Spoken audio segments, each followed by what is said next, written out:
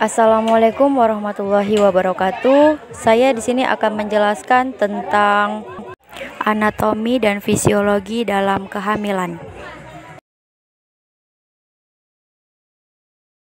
Bagian pertama ialah uterus, di mana uterus ini mengalami 6 kali lipat perkembangan sebelum hamil.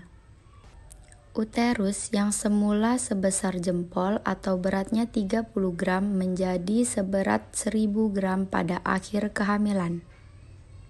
Kemudian lapisan dinding rahim mengalami hiperplasia dan hipertrofi, di mana lebih besar dibandingkan sebelum hamil lunak dan dapat mengikuti ukuran rahim karena pertumbuhannya janin. Kemudian trimester pertama, uterus ini karena terpengaruhnya hormon estrogen dan progesteron, fundus menjadi lebih fleksi. Pada usia 8 minggu, uterus sebesar telur angsa. Kemudian hipertrofi isthmus menjadi lebih panjang dan lunak atau Heger. Kemudian yang kedua, ovarium. Pada trimester pertama, ovulasi berhenti selama kehamilan dan pematangan folikel ditunda.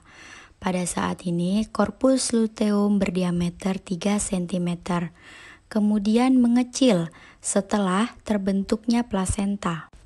Kemudian yang ketiga yaitu tuba falopi, di mana tuba falopi ini adalah tempat bertemunya sel telur dengan sperma. Kemudian yang keempat ialah vagina dan perineum, di mana peningkatan vaskularitas dan hipremia atau tekanan darah meningkat pada kulit dan otot perineum, vulva, pelunak pada jaringan ikat. Munculnya tanda Sedgwick, daerah vulva dan vagina yang disebabkan hiperemia, serta adanya keputihan karena sekresi serviks yang meningkat. Perubahan yang terjadi pada jantung yang khas yaitu denyut nadi istirahat meningkat sekitar 10-15 denyut per menit.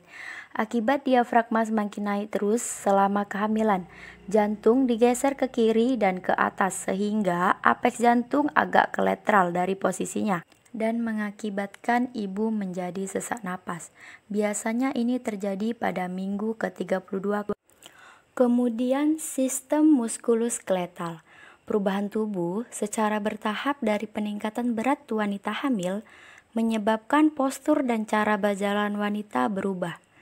Peningkatan distensi abdomen yang membuat punggul miring ke depan, penurunan tonus otot perut 7 dan peningkatan beban berat badan pada akhir kehamilan. Kemudian selanjutnya sistem integumen. Yang pertama, striae gravidarum yang biasa terjadi pada perut, payudara, dan paha. Biasanya berwarna kemerah-merahan. Kemudian linea nirga, pigmentasi kehitaman yang terjadi di perut.